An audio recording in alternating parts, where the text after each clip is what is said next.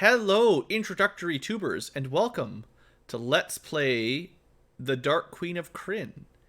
And we're going to spend this episode probably doing most of the introduction to the party, the transport, some changes to the characters, the story introduction, and some changes between Death Knights of Krynn and Dark Queen of Krynn. Because we are in the third game of a trilogy, and this game has some tweaks, so we'll be talking about that today. So probably for this future tuber episode, it's doubtful we'll make it far enough to get to actual gameplay, but hopefully you're at least familiar with GoldBox era Advanced Dungeons and Dragons games, because by this point, you know, this is like an epic level campaign. We are very high level characters running very challenging dungeons, so that's what we're going to do. We will start by letting the game play the introductory song and credits, as is our tradition. And just to tease you a little bit, Dark Queen of Krynn gets a nice graphic update from old games. This game came out in 1992, and it does look a little nicer and play a little smoother than the previous games. I think, someone I'm sure will correct me in the comments, but I think this might be the first game that was not on the Amiga. This is a DOS specific only. The other ones tended to be there was originally programmed for the Amiga and then ported to DOS. I believe this one was specifically made for DOS, and therefore took advantage of VGA graphics and some other higher quality Sound Blaster settings and all that kind of stuff. So audio visual might be slightly better than the previous ones. It's still the same engine, but you know. Anyway, let's get to it. I'm not using any fancy Roland audio drivers like some days. I could probably make it sound even better if I actually worked at it. Strategic Simulations Incorporated presents an official Advanced Dungeons and Dragons product. If it's a little loud, I apologize. There's not a lot of music, so it's hard to level balance. But the music's better than it used to be, isn't it? The Dark Queen of Krynn! And there's like animations now. And yeah, remember, this is the 90s, early 90s. Dungeons and Doritos is in full effect, so your modern 2020 standards, please keep it civil, folks. They wouldn't get away with it nowadays, I'm sure. They actually had playtesters. Look at all those guys. Every one of them is a guy. Not a single girl was involved in the creation of this video game. Alright, Dark Queen of Krynn. Let's play the demo to open up so you guys can see what this is going to look like. Looks so much nicer. And the music is actually much, much better. Now, we will be playing background music for all the quiet parts, but a woman's voice whispers through the trees. Her words weave a mesmerizing web. Cold reptilian eyes turn aloft to a constellation looming in the night sky. Listen, my children, our time has come. Our final victory is at hand. In past battles, our enemies have triumphed. These so-called champions have foiled our plans. Petty humans, scorned half-breeds, despised elves, even the infantile Kender have caused us grief. We have not fought our battles alone. Our allies have been many. Their deeds were noble, but these leaders all have one thing in common. They're dead. They have failed. Hey there, Soth. We will not repeat the mistakes of our past. My brood, you will no longer be forced to obey these inferiors. I will command you.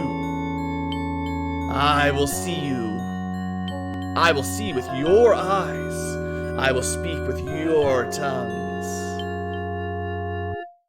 Although we have not yet won, we have brought Ansalon to its knees. Countless legions of our enemies have I struck down. I wonder if that was Durfee. For some, death was not an adequate punishment. Like Durfee and Carl got upgrades here. Our revenge will be swift and decisive to all who stand in our way. Hey there, blue dragons. Even the sound effects got an upgrade.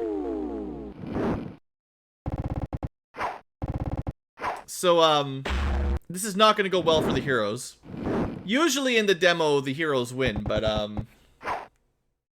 well, those are enchanted draconians. Hey there, David. You didn't even miss the beginning. Now, luckily that blue dragon's not just spamming breath attacks, or they'd probably be dead by now. But, oh boy, are our heroes having a rough start. Like, I guess we're lucky the dragons do spell casting now more than breath attacks, so we should be happy about that. Delayed blast fireball, good choice. Ooh, 65 damage. 130 damage! Oh! There's acid everywhere. Okay, that was a good idea. Oh, this guy's blowing up.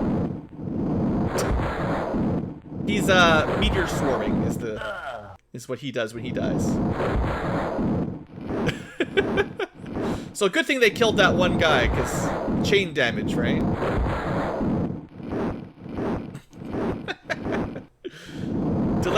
Meteor swarm's pretty fun.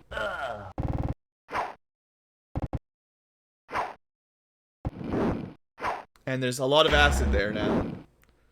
And some more lightning bolts. So far, the heroes are still alive.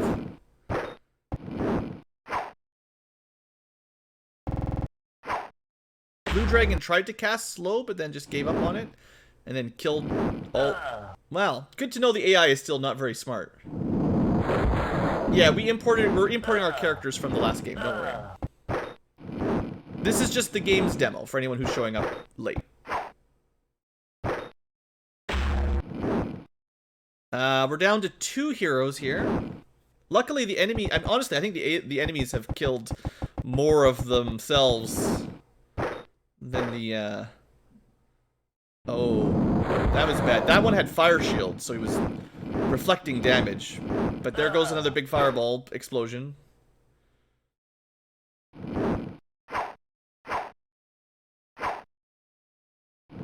The blue dragons are really wasting a lot of time here, wasting their spells. Oh, another smart choice. Delayed blast fireball. 63 damage is gonna crush all those guys. As usual, delayed blast fireball, the best spell in the game. Oh no, one of our there's only one left. The mage is alive. Cone of cold. Not very much damage. She's losing all of her mirror images, though. I don't know. It's gonna be pretty close. Or she can keep spamming delayed blast fireballs. I mean, that works.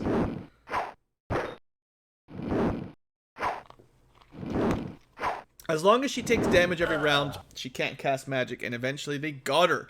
Also, she had a Vorpal longsword. Did you see that? We will gather armies of the living and the dead, and we will trample our foes beneath our feet.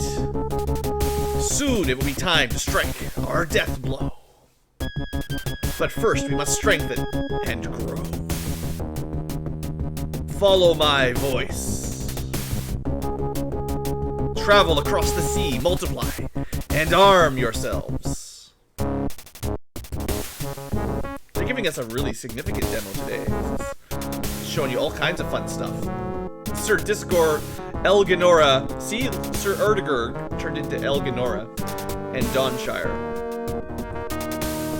From a cocoon of flame I will emerge, and together we shall return to Anslon and lay claim to what is truly ours.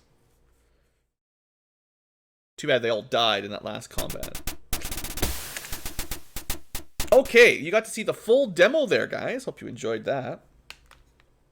Okay, so now the next phase of our introduction episode will be to show you the imported characters and sort of update people on what's changed. So if you're playing along importing characters between games, it's not particularly difficult. I'm using the GOG.com, like the GOG versions. You just have to copy your cloud save files, which is your where it saves your current files in your old folder. So Death Knights of Krynn / cloud, for me anyway, / all of the stuff in there. Copy all of that, go to your Dark Queen folder. Don't go to cloud this time. Go to, it's like Death Knights, or it's like Death Knights of Krynn, so DKK or something like that. Put all of your Death Knights saves in that folder inside Dark Queen / DKK. Then when you're in DKK, when you're in TDQK, the Dark Queen of Krynn, you can load a save file from the Death Knights and it'll import all your characters. Now, I've already done that because we had to do some adjustments. So I've added them into the Dark Queen, and now they've been saved here. If you were doing it for the first time, you would add them from your Death Knight saves, but we've already adjusted things. So our same crew from last time will be added in, although I think I'll have to reorder them. I don't think it remembers the order you select them, but that's fine. I'm sure you guys will manage. Tim, Jarrell, and Rob, you might notice Thornum got an upgrade. Oh no, it kept the order. Very nice.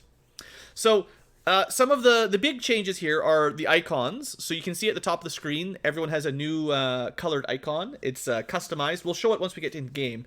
But no longer do you pick the color of your shirt and your pants and your arm and your hat and your skin color and your weapon color. You just get to pick from, I think, 49 nice looking sprites. And it's not quite as... there's not as many total options, but they look better. So I'm happy with this. It looks much nicer. Also, the interface is a little different. So you can use the mouse much easier now. It does a lot more stuff, although it'll beep at us if I click something. And the big change, the only really significant character class change we did this time around is we changed Thornum from a fighter cleric to a ranger cleric. Just so we've got a bit of diversity. We have a lot of fighters and no rangers. Technically, we don't have a paladin, but the knight kind of covers that, I figure. Knights of the Crown are basically super paladins anyway. So we moved Thornum over, which means technically, I guess I should explain a couple things. If you watch the end of the Death Knights of Krynn, at the very end of that game, we finished Dave's challenge dungeon, and then I was like, well, we're done, but I'm probably going to reload a save so we don't... Because we had some people who were level drained during that fight, so I reloaded before the level drain and redid the fight. But I also did a little bit of fighting iron golems because there was trap tiles there. It was actually really easy and it didn't take very long, and we got some extra levels. So our character levels are a little bit higher than they were at the end of last game. Level 14 is basically the level cap in Death Knights. So my dual class characters are at the level cap, which I wasn't even really planning on. It just went really quickly. And our triple class characters are not. They're around level 12.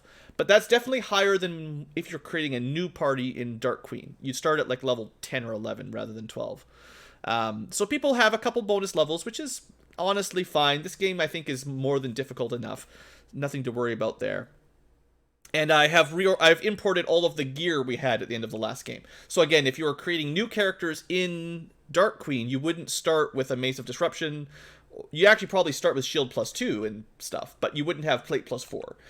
You might not have Gauntlets of Overpower. You might not have, I don't know, whatever other useful stuff we've got. Basically, they start you with good gear. Make no mistake, just not quite the same as what we have. And yeah, so that's what changed. So people generally around 11 or 12. Which took a little bit of grinding, but nothing crazy. I didn't want to stick around until we were at max level, 14, 14, 14. And some people have enough experience that they'll definitely get another level up. So Aaron will be ready to hit level 15, I think just one level up. And one of these days, we will promote him to Knight of the Rose. I didn't want to promote him yet, because he would... When you promote him to a new rank of Knight, he does lose a lot of levels, because you only get the level that you would have enough experience for in the new class. So I didn't want to change Aaron over just yet, but we will eventually move him over to the Max Knight during the course of this campaign. But for now, I want to keep him as Knight of the Sword until we've got all of the benefits of extra attacks, Thaco, armor class, or saving throws. Once we stop getting those benefits, then we'll switch. Other than that, what's changed? So we did bring our Dragonlance. In the end of Champions of Krynn, they stole a lot of our magic gear, our Dragonlance, our Disruption Mace, our Girdle of Giant Strength. They stole all that from us in the Champions game, but they did not steal it from us in the Death Knights game. So we are starting with some very powerful magical gear, including the Boots of Speed and all the stuff we had at the end of the last game. So if you're wondering why we're so cool and tough, well, we imported our characters. That's what you should do. Now, there was a couple more things we could do. Okay, first off, so just to mention one more thing about Thornum. As we explained, or as I explained at the beginning of Death Knights of Krynn, this is not technically a legal class, and I forgot. I'm going to change him back to a Mountain Dwarf. I was testing some different things to try to figure out what's going. We had a couple mistakes during import. I'll fix that in a little bit. But dwarves can't actually be cleric rangers. In advanced D&D, the level cap is like 29. We're never going to hit it. And I am going to talk about character design in just a second. I'll get into that. I'll open up the manual. Dwarves are not allowed to be rangers and clerics at the same time. A hill dwarf can be a ranger, but a mountain dwarf is not allowed to be a ranger for some reason. And because a dwarf can only be a neutral cleric, because their god Rayorx is neutral, and in 1st edition D&D, rangers were always good. Nowadays, if you're playing 5th edition, it's not true. But in the old days, rangers were locked to good, same as basically same as a paladin, except I think they could be like neutral good rather than lawful good. But point is, they had to be good. So there was no way to multi-class cleric ranger, but thanks to GoldBox Companion, which of course is where the map and the character stuff comes from, and the editor, which I've explained more than once, I was able to just tweak things a little bit and give them a illegal class in 1st edition, but it's not going to be like, I don't know, I wouldn't call it like this is a game-breaking change. He actually lost a level. When we imported him, he was a fighter cleric 14-14. By changing to ranger, he lost a level and actually lost one of his attacks per round. Rangers don't get their second attack per round till level 15, whereas fighters get it at 13. So we actually made him weaker. But I wanted to have a ranger, so there you go. Thornum's a ranger. It took a lot of work. I don't really recommend it if you're playing along to try to do all these little micro details. I thought it was fun, and I kind of had some fun setting up, but it did take me like an hour. So anyway, that's our Thornum. I did tweak his stats a little bit. Rangers cast magic spells, so I give him a little bit more intelligence. He's had another year off, so he read some books. He learned some spells while he was resting up between missions. Now, the last thing I want to talk about for the import before we look at the class design is if you created a character in this game, for one, there's much nicer interface for all this stuff. You can actually, remember I was talking about dwarves? Mountain dwarves can't be rangers, but they can be paladins. Hill dwarves cannot be paladins, but they can be rangers, but they cannot be cleric rangers. That's where you see all this information. What I want to show off is, we'll just make a quick human paladin here real fast. I don't even care about any of this stuff. Just go fast. This is the nice new artwork sprite, the new sprites for all the classes. So like I said, 7x7, there's a lot of really nice sprites here. I think the enemies will share some of them, but we had some really nice options. We got to use some of the chat's input for what they want their characters to look like, which I was pretty happy with. So let's make this character. And the reason I wanted to show that off, we're just going to temporarily remove Rob for a second here. When you create a character in Dark Queen of Krynn, they do start with some magical gear. And they start with about 1 million experience. So whatever your experience would be, whether you're dual class or triple class, it's 1 million divided by your number of classes. So we are at a fairly higher level than what, like, our experience total is like 3 million. So we're considerably more experienced than if you made a fresh party. But that does make sense given that we've imported our characters all the way from Champions. We started Death Knights at a higher level than the default, and we're going to start Dark Queen at a higher level than the default. So that's what you get. That's the benefit. Also, I'm going to get some music playing in the background. We're playing OC Remix, and I just realized how quiet it was there. OC Remix video game background music. This is Phantasy Star, and you can read on the bottom left there, there's a few other games in my playlist right now, just to break the silence a little bit. Okay, so what was I saying? Right, so when you create a character, 1 million experience, and they start with magical gear, +2 stuff. Depending on what class you create, you get different stuff. Well, what I decided was Thornum got the upgrade, air quote upgrade to Ranger. Well, everyone else got 1 bonus gift, which we can create on one of these characters, trade over, and then remove them. So everyone got 1 bonus sort of prize for transferring. Not that it was necessary, but I thought it was kind of fun. So Aaron got a new helmet. That was the Paladin helmet, right? So enjoy another couple points of armor class. It does stack with all the other AC boosters. We'll find better helmets in-game, but I wanted to move over some stuff. Also, I think that helmet +2... Helmets are kind of broken, honestly. It's another magical armor that stacks with other AC. We could have given one of these to everyone that's got a fighter class, I think, and that would have been a really cheap way to give everyone 2 or 3 bonus armor class. I think just 2 armor class. But, you know, one or 2 will be enough. So Thornum didn't get any new items, but he got the new class. Pixel got a new helmet, because I didn't have a lot of... There aren't all that many new magical items, but we got a couple helmets. We got some arrows +2, so if you made a ranger, you get a bunch of +2 arrows. I did import the only +2 arrows and +3 arrows you can get in Death Knights.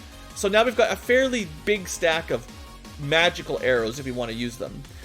We can probably buy them in Death Knights, honestly, so don't worry about that too much. Or in Dark Queen, we can probably buy them. We gave Drow some Elven Chain, so if you created a thief, the thief at the very beginning of Dark Queen starts with Elven Chain +3. Now, will that be better than the bracers and the ring? I don't know. He's at AC 4. AC -4. I didn't actually test this out. It's actually not quite as good as what he used to have. That's too bad. I thought this might actually be an upgrade for him, but we're going to leave it on him for now. It's just the bracers plus ring combo is so good, and the ring won't stack with magical armor. So we're not getting, like, if we test that out, we're getting -4 with just that armor, and then if you unequip the ring, you still have -4. If the ring stacked with the armor, it would be better than the bracers, but unfortunately that's just a incompatibility, which kind of sucks. That's why the helmets are so nice, because they stack.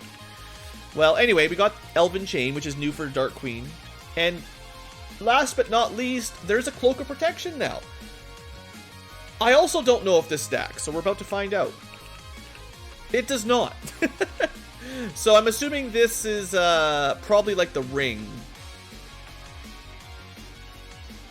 AC -2. Okay, so we actually can get some value out of this, just not on Rob. The Cloak of Protection, I think, won't stack with magical body armor, but it does stack with Rings of Protection. So if you have bracers or non-magical armor, this would also probably work on Solamnic Plate. So we could give the Cloak of Protection to Aaron, and it would just be Solamnic Plate plus a ring, which does work together, plus the helmet, and plus the Cloak of Protection. So there's all kinds of stacking you could do there, which is, it's kind of unfortunate that magical armor is like almost, it's like worse. Anyway, because that doesn't give Rob any advantage right now, what we need is, we need to find some bracers of AC 4 or 2 for our mages and thieves. But what I can do is move this up to Drow, and it should work with him and his bracers. So he's currently at -5. Oh, he's got the cloak. He's got a different cloak. Ah. Can't have 2 cloaks. Well, what we can do then... The Cloak of Displacement is special because it's not a protection +2 bonus. So we'll give him the Cloak of Protection instead, and now someone else can get the AC from the Cloak of Displacement, because it's harder. Like, the Displacement Cloak is special because it works with anything. The Cloaks of Protection is kind of specific to just non-magical armor. Anyway, we've got a little bit more AC to play with. It's fine. Our numbers are going to start hitting the negative teens during the course of this game. And that is the end of the importing discussion. Now let's talk about class changes and mechanics for Dark Queen of Krynn. This is going to be a long intro episode, but it's fine. So one thing I'll be doing is, switching over to our manuals every so often. So this is our new Dark Queen of Krynn Adventurer's Journal. And I do, of course, have the clue book ready to go again, although I won't be using it usually unless we need to. Usually after we clear a dungeon, I'll double check if we missed anything. And, oh look, spoilers alert for the next lewd fanfic, official campaign. Treasures of the Savage Frontier. There's 2 Savage Frontier, too hot for YouTube again, yeah. Funny how there's a reason why back in the 90s all the I don't know what you call the type of people, but the old people, you know, the boomers, right? Were like, oh, video games are just for young teenage boys. They're too raunchy and gross. You know, we need some adult content, or we need like less adult content. Anyway, D&D, you know, that's how it is. So this is our new map. This is a bigger map with lots of new areas, lots of little towns and villages we'll have to go explore, like you expect. The manual, for the most part, covers the same information the previous manuals did, so I'm not going to read, like, all about the races, the abilities. I'm assuming by this point you know the basics. Oh, look, Thornum's supposed to have 13 intelligence, or else he's not allowed to be a ranger. Should double check that we give him enough intelligence. Anyway, rangers have, like, pretty strict attribute requirements. Let's just speed through this stuff. So, if you looked at the sample parties, you might notice that they've got a lot of single classes and elves. Typically Qualinesti elves. We'll talk about this again just in a second.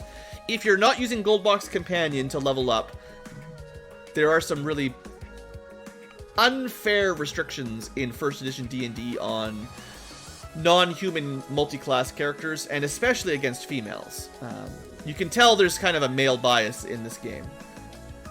So, moving along here, we've got... Actually, this is kind of a nice chart to remember later on. Now that we're getting high-level spells, it does take longer to memorize high-level spells when you're doing all your resting. But that's just slight different. We do have the moon effect again, just like the other Krynn games, where you get more powerful and more spells if you have the correct moon in full or waxing. What else is there? A bunch of creatures. We'll talk more about these creatures as we find them, but there's lots of the higher level classic D&D things, like, you know, black pudding and all kinds of dragons. You can pause the video if you really want to see all these cool things, but we'll run into them mid-game and have some fun with them, and, you know, maybe pull out the details. There's some new enemies that aren't in the regular manual, the DRM. So some of the Draconians have enchanted effects. You did see these in the demo. They're very powerful. And there's some extra things, like just customized, like Otus that are just stronger, and bats that are stronger. You know, classic Dungeon Master homebrew. Spells are mostly unchanged between games. There's 2 new spells from Death Knights, or 1 new level of spell and 1 new normal spell. So 9th level spells are added in. So Meteor Swarm, Monster Summoning, and Power Word Kill, which are not the best spells, but they're fun. And then Clerical, there's also 1 new spell, which I probably zip right past. Level 6 Cleric. Blade Barrier was not in the last game. So Blade Barrier is pretty cool. We'll show that off, certainly. And then if you've got a ranger, you can use druid spells. There's no druids, but there are rangers with druid magic. So one of the reasons we're bringing Thornum as a cleric ranger, or Cla Ranger as I like to call them, is, you know, we'll get to show off some of these. We'll get to show off Fairy Fire and Entangle, Bark Skin. Protection from fire is actually really nice on rangers. They get a ton of fire protection. Stuff like that, you know. Anyway, that's kind of some new stuff there. We got a bunch of journals for later. All the fun tables. So this is the table I want to talk about. So if you're trying to design a party, and this is kind of why I use GoldBox Companion while I'm in the process of creating these videos, these live streams. A lot of races have very low level limits in first edition Dungeons and Dragons. If I remember correctly, second edition gets rid of all of this, basically. I'm pretty sure. So not only do we have, like, certain dwarves can't be rangers, and some people can't be mages, some people can't be thieves, and this and that. We also have just strict, some races can't get past a certain level. So a Kender is never allowed to be beyond a level 5 fighter, or a level 12 cleric. So in a game where you start with 1,000,000 experience points, literally 1,000,000 experience points, a Kender cleric fighter or something like that would start basically level capped, and they'd have no room to grow. Technically, Kender can even be rangers, but terrible rangers. So, you know, you can see Kenders can be pure thieves, only thieves. Mountain dwarves could be pure fighters. Both dwarves can be pure fighters. Half-elves could be clerics, but not much else. Clerics are thieves, but they can't be both at the same time. Qualinesti elves, this is the race that tends to get all of the multi-class in the guides, because they can be max level cleric, a high level fighter. That's enough to get 2 attacks per round, and is generally good enough. They can actually level even higher with ranger, so maybe ranger Qualinesti, and then a max level mage and thief. So Qualinesti elves tend to be the actually good high level multi-class race, but it's only because they've got the level limits. And then Sylvanesti are, well, they can be paladins if you care, but why would you just be a human paladin? But they have a much lower fighter level limit, which is bad, and they can't be thieves at all, for some reason. So anyway, point is, this tends to be your, if you're playing along, like if you're making a Dark Queen campaign, you probably want like a human knight or paladin. You might get away with a dwarf fighter or something, but their multi-class abilities are just garbage for everything. So if you want multi-class fighter mage thieves or fighter mage clerics, you probably have to go Qualinesti elf. They're, of course, the type of elves that once they die, you can't resurrect them, which is, I suppose, the trade-off in theory, but generally this just frustrates me. So in GoldBox Companion and using their leveler, I've basically just ignored these level limits. My classes can be, my characters can be any class and any combination of class that I designed them to be. And it's perhaps breaking the design of the game a little bit, but I don't think it's going to make it like significant. I think the caps might have made sense in low-level campaigns, David, but in a high-level campaign where you start at level 10 or 12, those caps are just, I don't know, they just mean you're going to use Qualinesti elves for everything. Humans or elves for everything. You can't bring a Kender because they don't get up, you know, they don't get anything.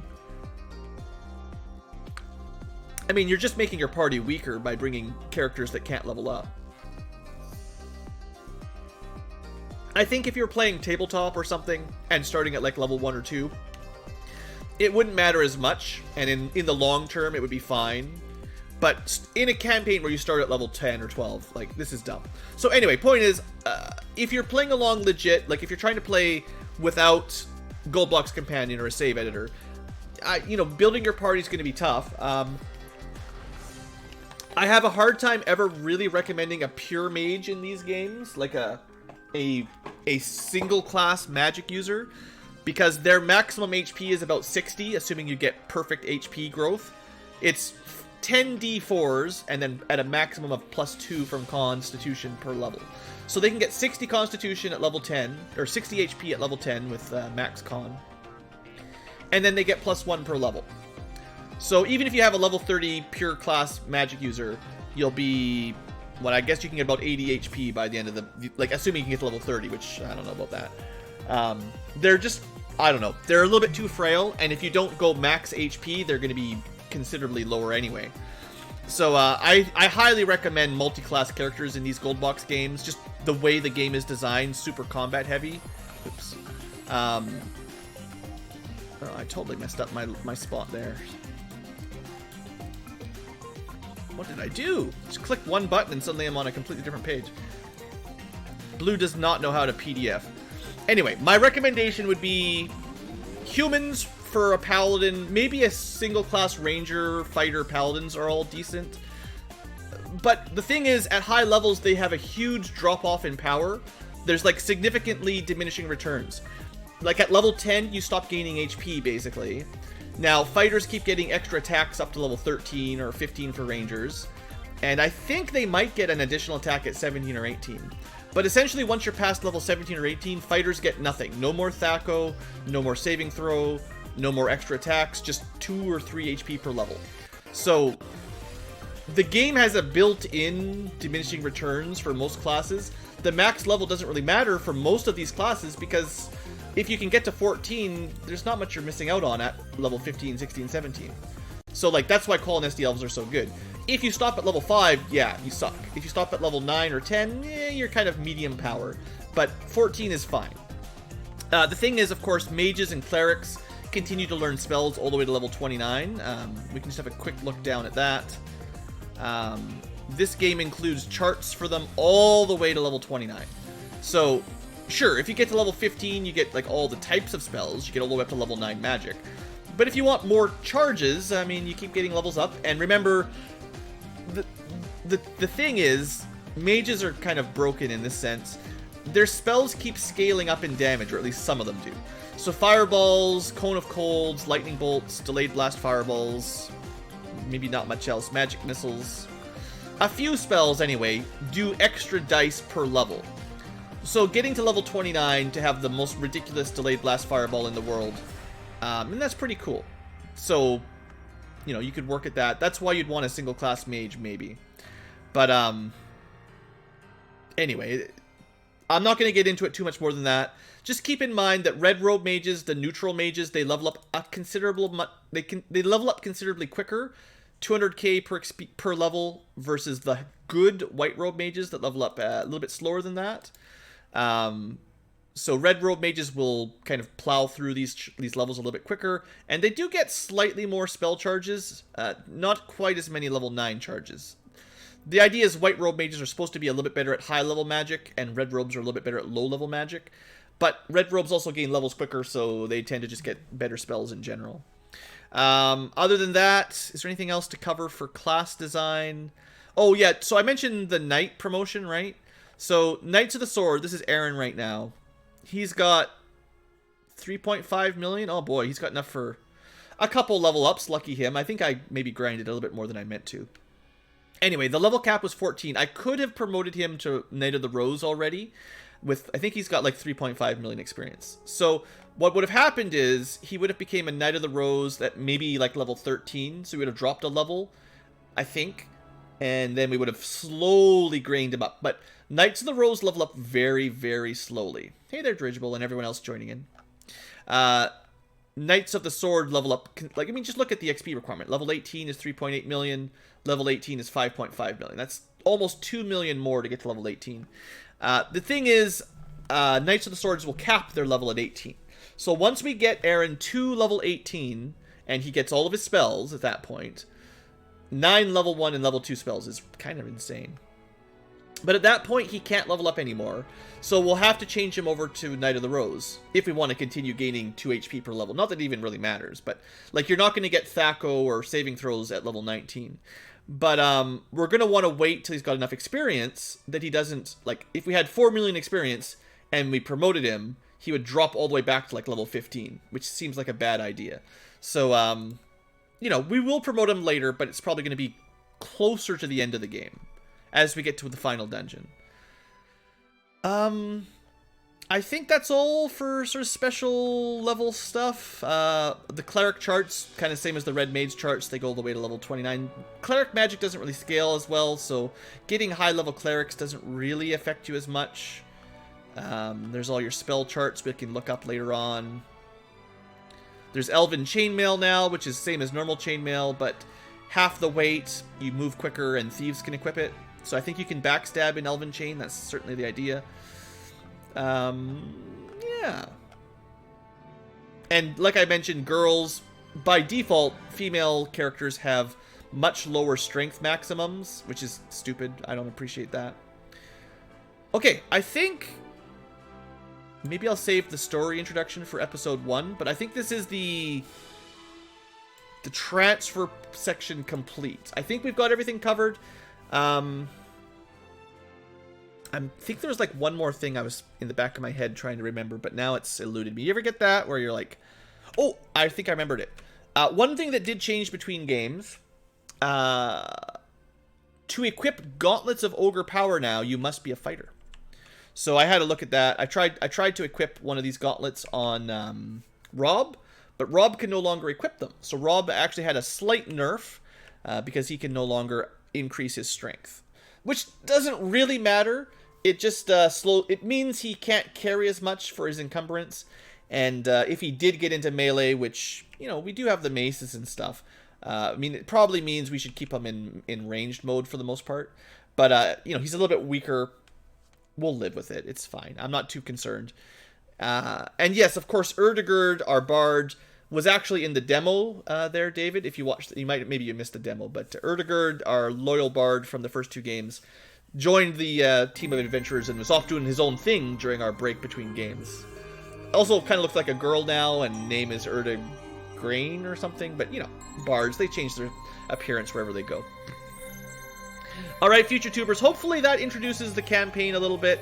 Next episode, for proper episode 1, we'll start with the story and actually start playing the game. But I had a lot to kind of fill you guys in on, I feel like, and I feel like I should try to justify my party design a little bit. So that's where I am. If you think it's overpowered, you know, I'm not trying to have a challenge run here. My goal is not to have Iron Ankylo super difficult mode. The game is hard enough.